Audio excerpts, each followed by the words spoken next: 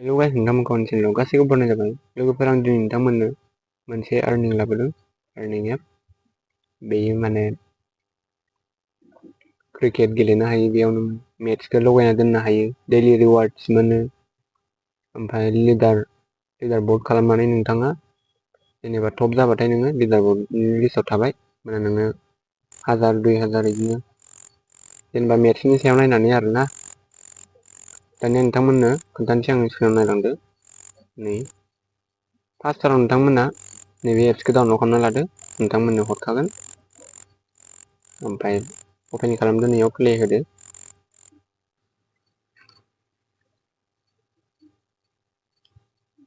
जइन खालामदो, इयाव नै लाइभ जायो आरोना, इयाव लाइभ टेप टु कन्टिनिउ होदो। नै लोगोफोर, आंनि स्करा नैयाव नों माने खननै खनथाम इयाव सेलेक्ट खालामनो हायो आरोना। नैयाव थुनो खोन्थादों नालाय आं थुबाय, 25 रुपिस मोनबाय आङो।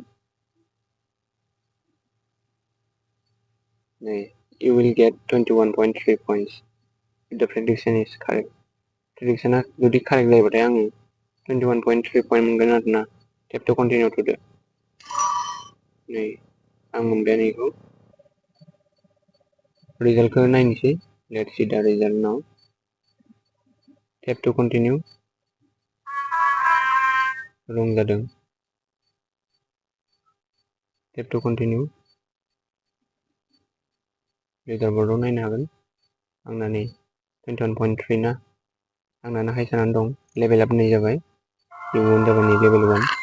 लेभेल 1आ कमप्लिट जाबाय नालाय क्लाइम रिवार्ड खालामसै। ओमफ्राय नै आंनि फन नाम्बारखौ होबाय आङो, होनोसै।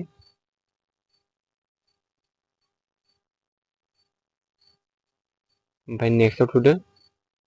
अटिपि फैगोन, अटिपिखौ होदो। अटिपिखौ होबाय आङो। नेक्स्टआव थुना होदो। इन्टार इउजार नेम, आंनि नाम इउजार नेम होनो खोन्थादो।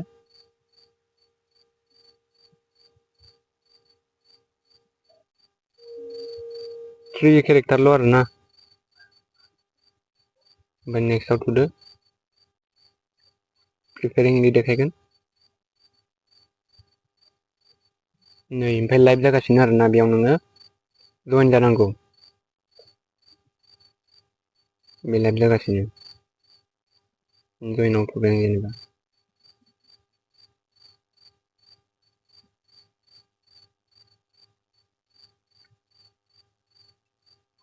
जेटिआइ मेट्सआ मोननै OSUT भार्सेस MLD ना, मोननैनि मादाव बिदिनो माने नैबे मोननै देखायदो जेनेबा।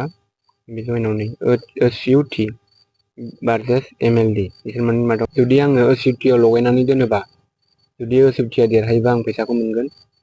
आरो ओमफ्राय MLD आ जुदि देरहायोब्ला आं इयाव लगायोबा, जुदि आं MLD आव लगायगोन होनबा आं फैसा मोनगोन आरोना।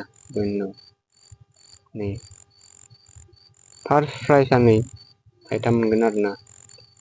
0 फ्रि, एकदम फ्रि रुपिसावनो नों लगायनो हागोन। जइन जाबाय आं। हाउ टु प्ले बेयाव नायनो हागोन नोंथांमोना। इयाव जेनेबा सोर देरहागोन नोंनियाव आन्दाज खालामनानै होदो लोगोफोर। 6 होगोन जेनेबा।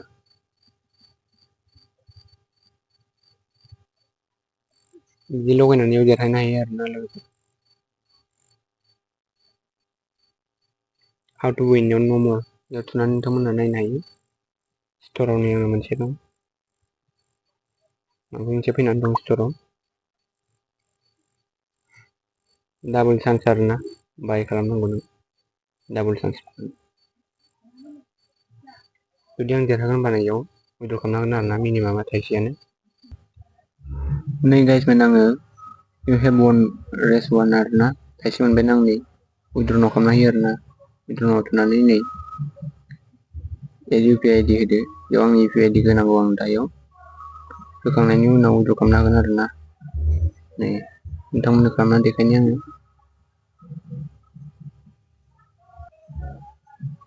UPI ID होखांनायनि उनाव कनफार्माव थुदो लोगोफोर। कनफार्म उइड्रल, बेयाव थुनांगौ कनफार्माव।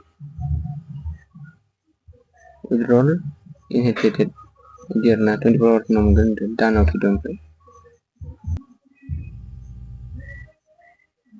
बिदि आरोना लोगोफोर बिदि गेलेनो हायो इयाव गिफ्ट सेन्ड खालामनो हायो नै गेट नाउ ट्रेसार बक्सफोर थुनबाय आं जेनेबा वार्डस नायनांगौ आरोना भिडिअ नायनानै मोनो नायनोसै आं मोनसे 6था नायनो खोन्थादों 6था बास मोनगोन नैबे वार्डसआव थुदो लोगोफोर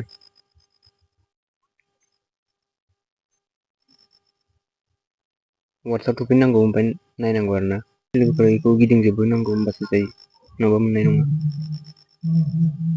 नै लोगोफोर आंना नै 1107 जाबाय लोगोफोर दहायथ' बहुद खममोन ना लोगोफोर दहाय 100 ना 200 बिदिल'सोमोन दा बहुद बारायबाय खमबावसोमोन दहाय नै 65 उइनिं देरहालायबाय मालाय देरहागासिनो जोंबो गेलेबा मोनगोन दानो नै जइन फ्रि आरो गेलेबावगोन आङो भिडिअ बानायखांनायनि उनाव नोंथांमोननो देखायनो थाखायल' आं गेलेदोंमोन नालाय चान्सआनो दङ नै 10 गाहाम दं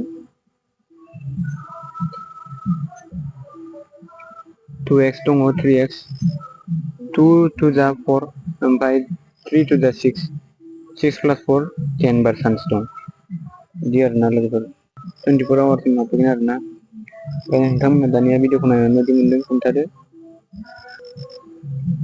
बेलेन्सखौ नायना ला नोंथांमोना प्राइसफोरा नै 1000 2000निबो जागोन मालाबा 3000 5000 बिदिबो जागोन नै प्राइसफुला 822 नि आरोना टटेल प्राइसआ जेनेबा हाउसिफोरा बिदि थायोना बिदि आरो मेट्स जायोना 822 नि मेट्स जायो दे होमबा गाइसमोन नोंथांमोना साबसक्राइब खालामाखैबा खालामदो आरो लाइक खालामदो नायनानै इगनर खालामनाङा ओमफ्राय आरो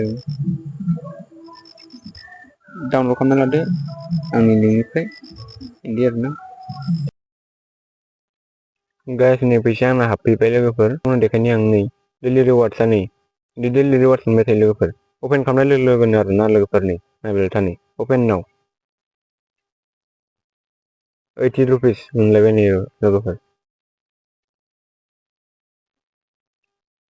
होमबा बेसे मोजां लोगोफोरनि आंथ' गेलेबावाखैनो नै लोगोफोर लाइभ जालायबाय नै गाबोन आपकामिं दं बिदिनो जइनाव थुनानै नोंथांमोना गेलेलायदोलाय नै गोजौआव नै क्लास 1आ नै हरनि 1:33 आव फैदों 24 आवार्स लाया लोगोफोर बिसोरो माने जाम जाना थायोना बुहुत बुरजा जायोना बुहुत मानसि गेलेयोथ' लोगोफोर ओंखायनो नायख'नो हाया जायो मानो दाबो हाबफैयाखै धैज' लाखिबानो जाबाय हाबफैयो फैसाया नै लोगोफोर हाबफैबायानो बिदि खामायनो हायो आरो इयाव लोगोफोर दे होमबा गाइसमोन नोंथांमोनाबो ट्राइ खालामदो नोंथांमोना बिदिनो अपेन खालामबाय था आंनि बायदि फैसा हाबबाय थागोन नोंथांमोननाव फ्रियावनो आरो जइन जानानै गेलेबाय था दे